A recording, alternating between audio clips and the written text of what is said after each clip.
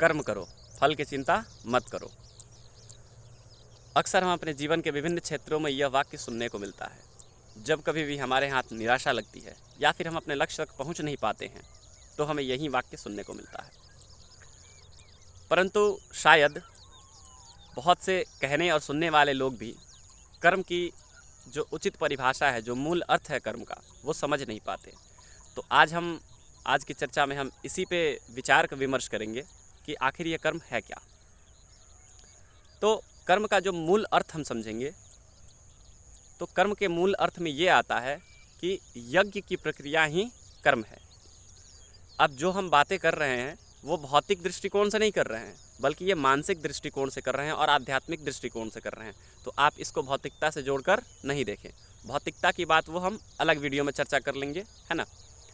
तो मानसिक या फिर आध्यात्मिक आधार पर यज्ञ की प्रक्रिया को ही कर्म कहते हैं। अब ये यज्ञ क्या है?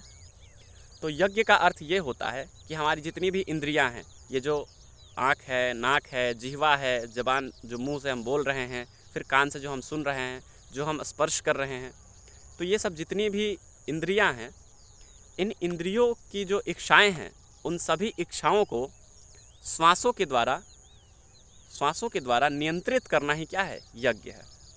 ठीक है। तो ये सभी इंद्रियां हैं और इन सभी इंद्रियों के जितने भी विचार आते हैं या फिर जितनी भी इच्छाएं आती हैं, वो किससे संचालित होती हैं? तो हमारे मन से। यानी कि अगर हमें इन इंद्रियों को संचालित करना है या फिर नियंत्रित करना है ना, या फिर संयमित करना है, तो हमें अपने मन को भी संयमित करना होगा। ठीक है। अब मन को संयमित कैसे करेंगे? तो जब भी देखिएगा, जब भी हम कभी डरते हैं या फिर कभी गुस्सा होते हैं या फिर जब भी किसी इंद्रिय की प्रबलता बढ़ जाती है, जैसे हम खूब तेज़ तेज़ बोलने लगते हैं, तो हमारी सांसों की जो गति है वो बदल जाती है। जब हम कुछ अचंभा देख लेते हैं, जैसे मान लो कि हम किसी विशाल इमारत को देख लिए जो एकदम अकल्पनीय है, तो देख के हम एकदम आश्चर्यचकित रह जाते हैं, है ना। तो जब कभी भी हमें किसी भी इंद्रिय का अति हो जाता है, यानी कि वो जब आश्चर्यचकित हो जाता है, अचंभित हो जाता है, या फिर कोई भी घटना घटती है जो कि हमेशा से अलग होती है, तो अक्सर हमारी श्वासों में परिवर्तन हो जाता है। यानी कि अगर हमें इंद्रियों पर नियंत्रण करना है, तो हमें अपने श्वासों पर पूर्ण नियंत्रण प्राप्त करना होगा, है ना।